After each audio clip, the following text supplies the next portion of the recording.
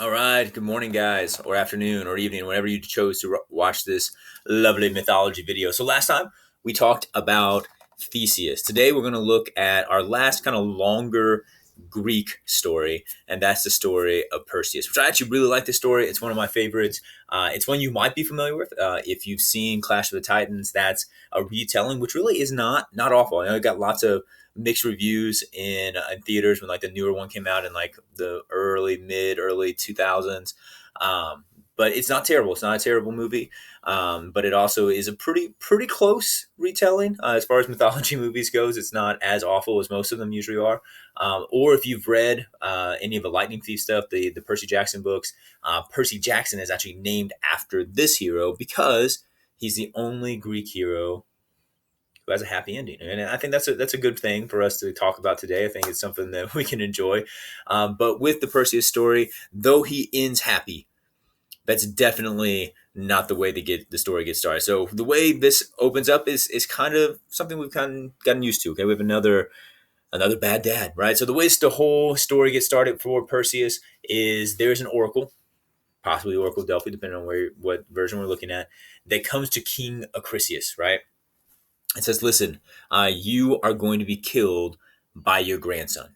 End of prophecy. Okay. Now, at this point, and for the rest of his life, Acrisius only has one child, and that's Dana. Okay. And so Dana is the only chance that he has of actually having a grandson. And so, because we've read and talked about plenty of these Greek stories at this point, you can assume that where he would go with this, if he wants to prevent the prophecy, is just to kill his daughter. Okay, kill the daughter, no grandson, he doesn't die. Okay, but he's not a completely terrible dad, I guess, at this point. And so he doesn't kill her, he just like locks her in a tower so she can have no social life or ever interact with anyone or fall in love or have a baby. Okay, and so she's just in this tower for her whole life. But as is often the case, Zeus intervenes in the way that Zeus tends to intervene. Okay, he falls for Dana, appears to her in the form of a golden shower, whatever that means, and 9 months later, she pops out a baby. I'll let your minds imagine the details. Okay, so I guess Acrisius doesn't visit that often because he just comes to visit, and all of a sudden she has a baby there. So I guess it's been a while since he's checked in, and he realizes this is the child of the prophecy. He's the one that's going to kill me. And so now he does take a little bit more drastic measures, puts them both into a bronze box, chucks them into the ocean with the intention, of course, of drowning them. Because typically, when metal boxes go into water, when they're full of people, not the water, the boxes, but I mean, this is not from personal experience. I've never actually done this, but I'm assuming, okay, they would sink. But this is mythology. And so this box that was designed to sink does not. Okay, it floats. As you could see in that little clip art earlier, it floats around on the water, ends up landing on the Isle of Seriphus, okay, where it is found by a friendly fisherman named Dictys, okay? And so when the box is found, Dictys opens it up and actually finds both the baby, Perseus, and the mom, Dana, both alive. Okay, and so he ends up taking them in sort of as his own children. Like he raises them, protects them, cares for them, because Dana is still fairly young in her own right as well. Okay, so what we then later find out about Dictys is he is not only a very impoverished fisherman. Okay, that's what he is, but he is an impoverished fisherman because he has been exiled by his brother, who is the king of this land. Okay, now here's the deal. Dictys is the older brother, so he should have been the king. But his younger brother, Polydictys, which I'm probably just going to call him King Poly, kicked him out of his own kingdom, kind of usurped him, and then made it to where he lived a life that was destitute because he wouldn't allow people to buy fish from Dictys. So he basically fished to survive, but made no actual income. Okay. Well, this man, though, Dictys, is a good man. Okay, he takes very good care of Perseus, takes very good care of Dana, raises them as his own, loves them. Okay, and they are very thankful for this. Right now, as the stories go, and there's like lots of weirdness with like age and things like that happens here, but King Poly actually ends up falling in love with Dana. All right, now he would like to pursue her, and he does pretty much whatever he wants. But the problem he runs into is that Perseus is a hero much along the same lines as Hercules. He is a brute strength hero. Okay, so incredibly strong, incredibly intimidating. And so as he grows up, it is difficult for King Poly to make any kind of moves on his mom because Perseus is always there in the way. And obviously, they don't want anything to do with King Poly because King Poly is the one that has exiled the man that is raising them, their father figure, right? Plus, he's just kind of a slime ball, right? So King Poly knows that if he wants any chance to get with Dana, he's got to get rid of Perseus. Okay. And so he actually comes up with this super elaborate plan. Okay. And he tells everyone that he is actually going to marry a lady named Queen Hippodamia. So Queen Hippo, kind of an inconvenient queen name, actually. And he demands that everyone in the kingdom give a bride price for this marriage, okay, or as a in honor of his marriage. So this is kind of like if you've ever been to like a baby shower or a wedding shower, right? You can go there and hypothetically not bring a gift, okay? But the expectation is if you come to a baby shower or a wedding shower, you're going to bring a gift, or else you're just sort of like, that guy, right? Now, if the king, though, says, hey, listen, I'm getting married and I am requiring this tax, this bride price to be paid by everyone, you don't really have that kind of option, right? Like, you have to pay the bride price. And so that becomes a tricky situation for Perseus because they don't have any money. Remember, he lives with Dictys, the impoverished fisherman. They don't have any kind of income. They make nothing. So King Poly shows up, says, hey, listen, I would like your bride price. And Perseus says, listen, you know that we don't have it. We'd give it to you if we did. Okay, we don't care. We'll honor Queen Hippo, whatever, but we don't have anything. Okay, so there's nothing we can do. And King Poly says, that's fine. If you don't have the bride price to pay, I will just take your mother and throw her into prison. Okay, and I will hold her until you come up with this bride price.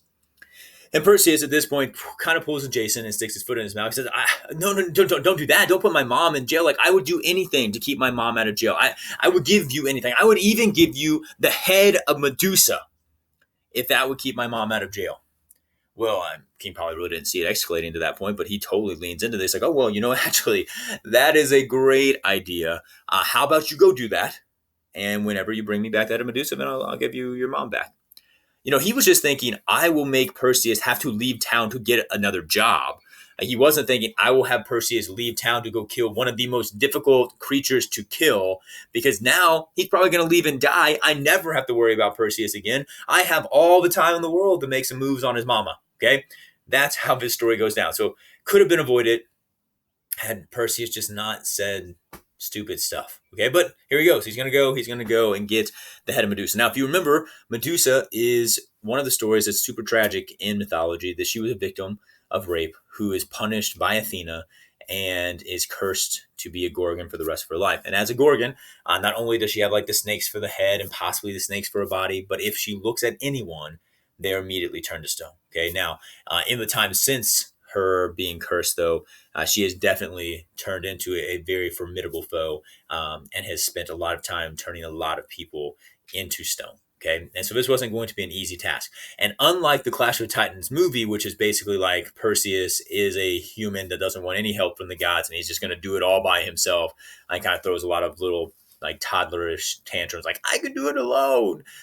That's not what happens in this. In fact, in the actual Perseus story, Perseus gets more help than any of the other heroes from the gods. Okay, in fact, as soon as he leaves town, Athena shows up, which we should get used to. Okay, Athena shows up oftentimes. She always wants to help, but she in particular has this like vendetta against Medusa. Like, it wasn't enough that she cursed this woman. Now she would like to have the head of Medusa eventually to be put on her own shield. Okay, so she can carry it around, which is super creepy. But she shows up and says, listen, I want to help you, and I want the head after you turn it in or whatever. And I will do this, but this is a hero, so I have to give you a series of tasks. Okay, and here's your task. You need to find the nymphs that guard the helmet of invisibility. But to find those nymphs that guard the helmet of invisibility, which belongs to Hades, you must find the gray ones. And to find the gray ones, you must find Atlas.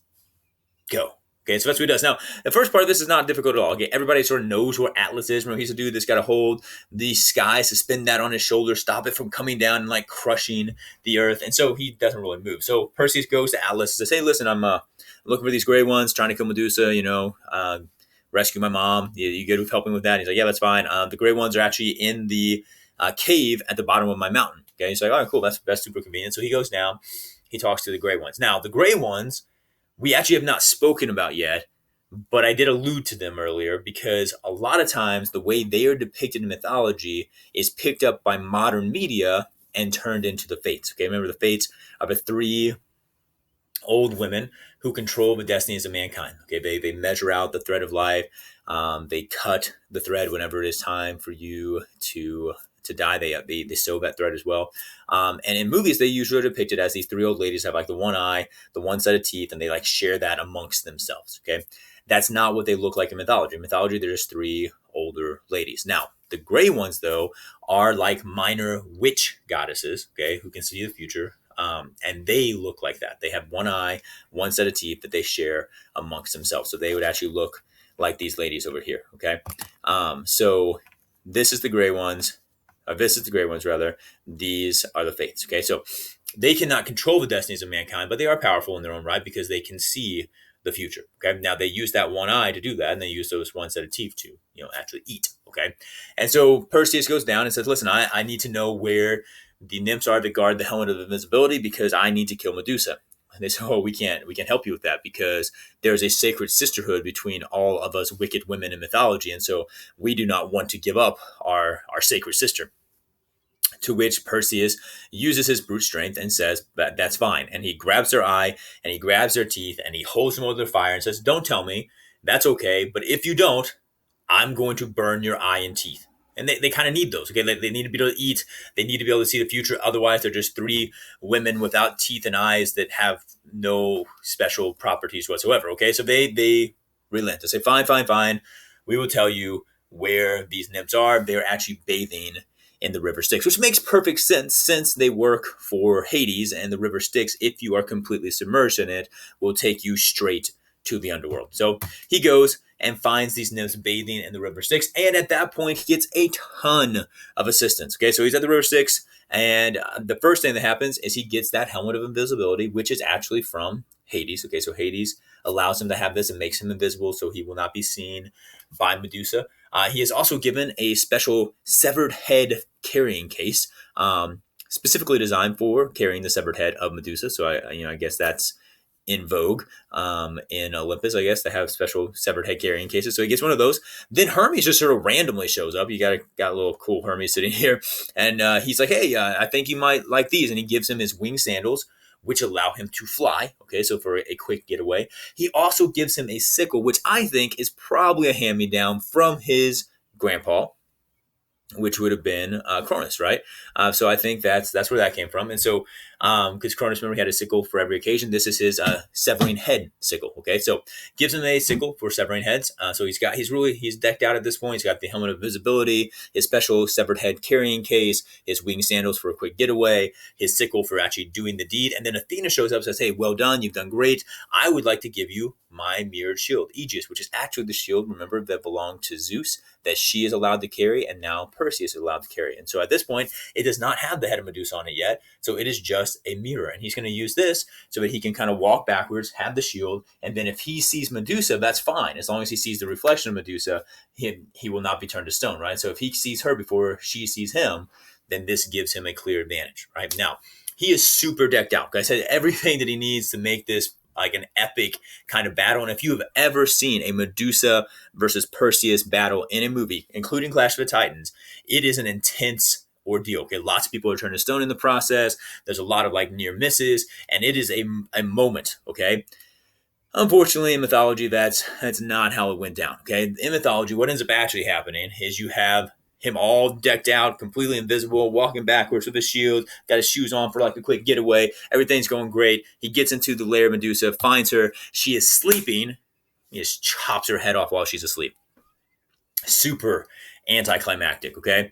But cool stuff does happen. We've talked about this already, right? Remember, from the severed head of Medusa, she has two babies, Pegasus, the well-known, and then the one that I love and cherish, and I hope you have come to love and cherish as well, the overlooked and forgotten son, Chrysaor, the flying pig.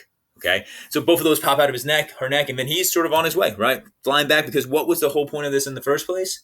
To save his mom from prison, right? So he's going back, he's going to rescue mom. But on his way back, he kind of like forgets about mom a little bit, okay? Because as he's flying back, he sees this beautiful woman chained to a rock, and he decides he needs to go and investigate. Okay, so that's what he does. Okay, and he finds out that this woman is a lady named Andromeda. Okay, now Andromeda is the daughter of King Cephas and Queen Cassiopeia.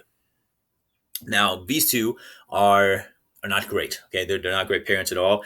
And Cassiopeia, in particular, has set up a terrible situation for her daughter because she was so vain and so arrogant that she began to brag about her own beauty, not Andromeda's, but about her own beauty, saying that she was more beautiful than the children of the old man of the sea. Now, the old man of the sea is kind of like a pre-Poseidon kind of minor god that is famous for having lots of nymph children. Okay, nymphs are your minor nature goddesses. These were water nymphs, and they were famous for their beauty. Okay, these nymphs in particular were supposed to be incredibly gorgeous. Okay, so for her to claim to have more beauty than them was to claim to, well, really just to trash what they were known for, and that's the offense that was taken. Okay, which might have been petty, but that's what happens. So the old man of the sea ends up sending a sea monster, possibly the Kraken, to come and destroy all of their kingdom.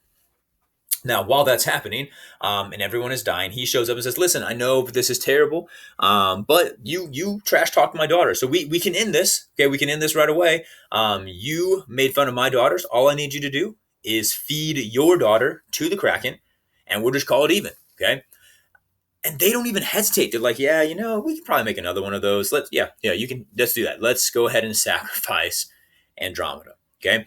At which point Perseus shows up. Okay. That's the moment in time that he arrives, right as they've strapped her to a rock and she's about to get eaten by this sea monster.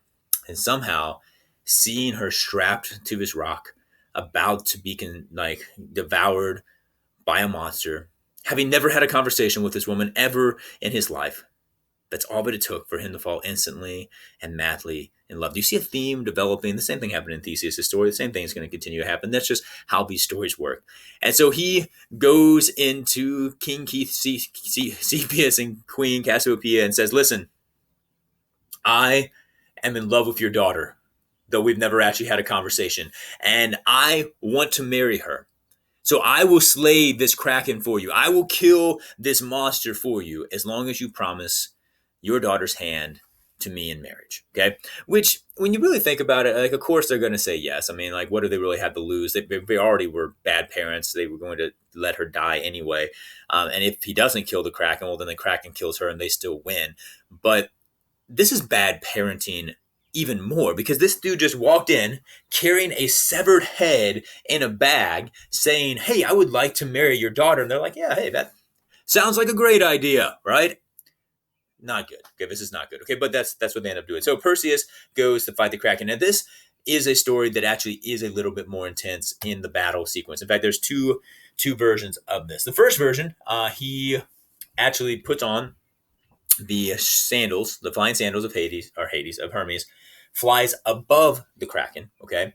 And the Kraken is kind of like like the cats with the lasers. You guys see those videos on YouTube and stuff, right? Like you shine the laser and they think it's actually there and they go to attack it. Well, that same thing happens with the Kraken, only with Perseus's shadow, right? So he sees Perseus's shadow in the water and he starts attacking the shadow, right?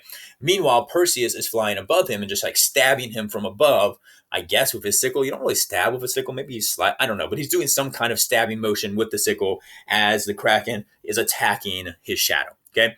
But the Kraken's huge. Okay. It's a monstrous monster. And so as he is slashing into this water, what's happening? Tidal waves, right? Or flying up all around. Well, Perseus is wearing flying sandals that have wings. Okay. And when wings get wet, they don't fly as well. And so he ends up plummeting underneath the water, where he continues to stab from underneath until eventually all the stabbing pays off and he kills the Kraken. Okay, version 2 doesn't do any of that stuff. Okay, version 2 is actually what they try and replicate in the Clash of Titans movie, but they miss on a super key detail here. Okay, in this one he remembers, "Oh yeah, I have severed head, Cat of Medusa here," which even in its severed form, the reason it needed a special carrying case is that even in its severed form, it could still turn people to stone. He's like, "I'm just going to turn this thing to stone and call it a day," right? So he runs up on this cliff and the Kraken kind of comes out of the water. And this is what we see happening in the movie until this point. Okay, this is where it messes up. Okay, so Kraken comes out of the water. He pulls out the head of Medusa and it's kind of only in in this version, the Kraken doesn't have any eyes. Okay, so nothing actually happens. It just like knocks the head of Medusa from his hands. The head falls into the water. I'm sure some unsuspecting fish then fall to the ground as stone or sink to the bottom of the ocean floor as stone. And so at that point, Perseus is required to kind of pull a Hercules here, jumps off the cliff and kind of wrestles this Kraken, which is what's happening in this clip art here. Ends up strangling the thing, which is quite impressive given the sheer size of this beast, and kills the Kraken that way. Either way, he has done what he set out to do. And so now what does he get?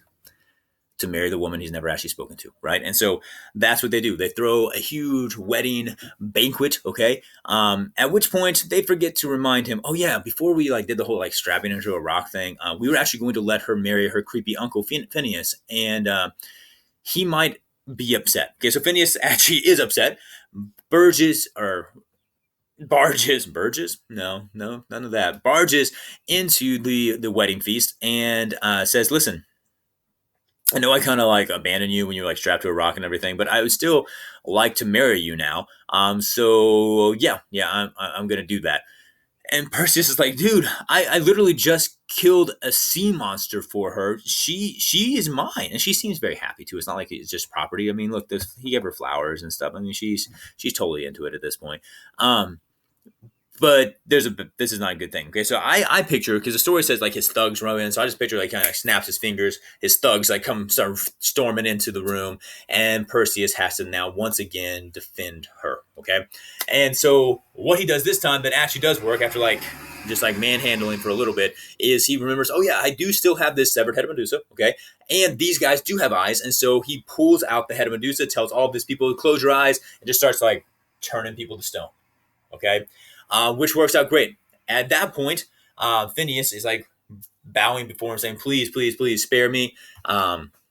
He does not. Okay, so he ends up turning Phineas to stone as well. And the story actually implies that they take then the statue of Phineas with them. You know, like maybe as I don't know, like a wedding gift or something. Like some people get yard gnomes, some people get creepy statues of their uncle. I don't know, but that comes back with him, which they do have to go back, because remember, what is all this story happening for?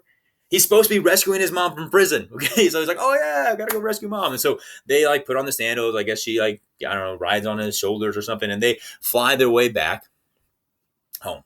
Okay, now when this happens, he gets home and is made aware that all of this that he has done has been a complete waste of time, because Hippodamia was not actually going to marry King Polly anyway. And the entire time that he has been gone, King Polly has been hitting on his mom, okay? Which makes Perseus super furious, okay? So he storms into the banquet hall where King Polly and all of his men are eating, and he says, listen, Polly, I got the head of Medusa just like you asked. Would you like to see it? And Polly said yes. And that's the end of that part of the story. Okay. At that point, you would think that Perseus could have just set himself up as king, or remained in some way, but he doesn't. Okay. He actually sets up Dictys, remember the fisherman who was the rightful king in the first place, who's raised him as a father, sets him up as king. Okay. Which the whole kingdom is very happy to finally be rid of this younger tyrant, King Polly. And so Dictys takes over, and Perseus decides that he is going to go back to Argos, which is actually where he started. I don't know if I said that at the beginning, but that's where his kingdom was. Now, how did he leave Argos? Remember, he was a little baby, put into a bronze box, chucked into the ocean with his mom. Why?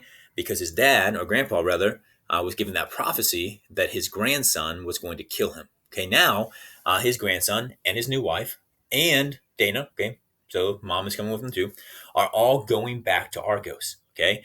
And so he knows grandson is about to come home. And not only is grandson his grandson, which is part of the prophecy, but his grandson is now the man who is known for killing Medusa and killing the Kraken, both of which were incredibly difficult. So he is one of the most famed heroes and famed monster killers in all of Greece. Okay.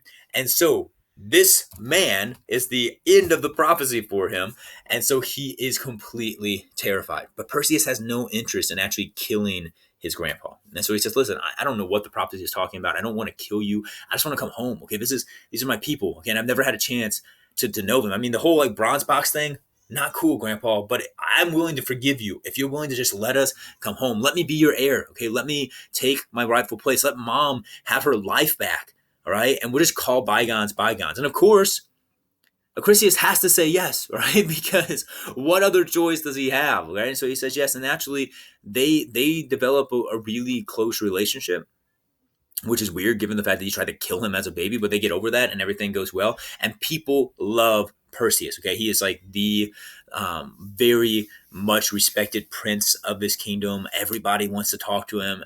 The king is so proud of him and so excited for him to take over. But Perseus does kill his grandpa.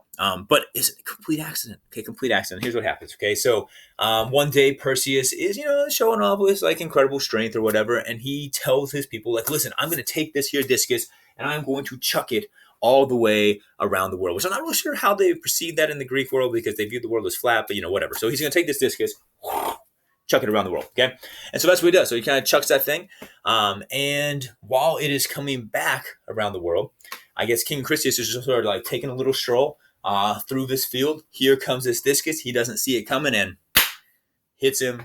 He drops, and he is killed by his grandson. Prophecy fulfilled, but it was a complete accident, which means, again, this entire story could have been avoided if they just would have thought this thing through, but they didn't. Okay, Grandpa's dead. Perseus becomes king, and unlike the other stories, where at this point you would have some sort of tragic drop off, where like everything ends terribly and he dies some kind of awful death. That's not what happens here. What ends up happening is he becomes king, and he's a good king. He lives for a long time, does incredible things for their kingdom, dies of natural causes. What? This is a Greek story that actually ends good, right? And in fact, it's so good that the gods honor him so much that when he dies, they're so proud of what he accomplished that they turn him into a constellation. So Athena specifically turns him into a constellation along with his wife and her parents. So the whole story can be told, even though they were terrible people. You've got the parents, and the Kraken gets its little spot up there too. Or the sea monster gets its spot as well. And so it's a very happy ending. Okay, so here's, if you look over here, that this is King Chrysius taking a little stroll. I mean, it's disappointing. I mean, look at his face. He just feels bad about it. Okay, that little butt chin that he's got there, just he feels awful. Okay, you can watch it again. Here we go. This is little Chrysius taking a stroll. Perseus showing off. And welcome. And then this is the constellation Perseus. If you are super creative, okay, here is the constellation with Cassiopeia and Andromeda. If you're a little less creative, but I mean, it's still a lot of creativity involved there. I'm not sure what's going on with his flat sword, but whatever.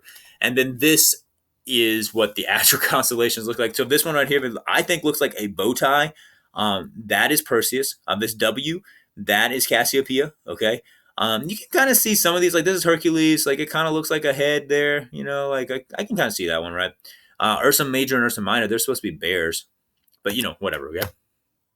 All right, so we're going to stop there for today. I will send you this Aeneas video for you to watch as well. And depending on how much time we have left, I might actually let you look at the Meleager and Atalanta video as well, which would be me telling you another story. Hope you guys enjoyed this. Hope you got something out of it. Hope you're doing well. I can't wait to see you guys again soon. All right, have a great day. Make wise decisions, and Merry Christmas. Which I really should say that when I get to a point where I can pause the videos, because right now we're just going to awkwardly wait. There we go. All right, Merry Christmas, guys.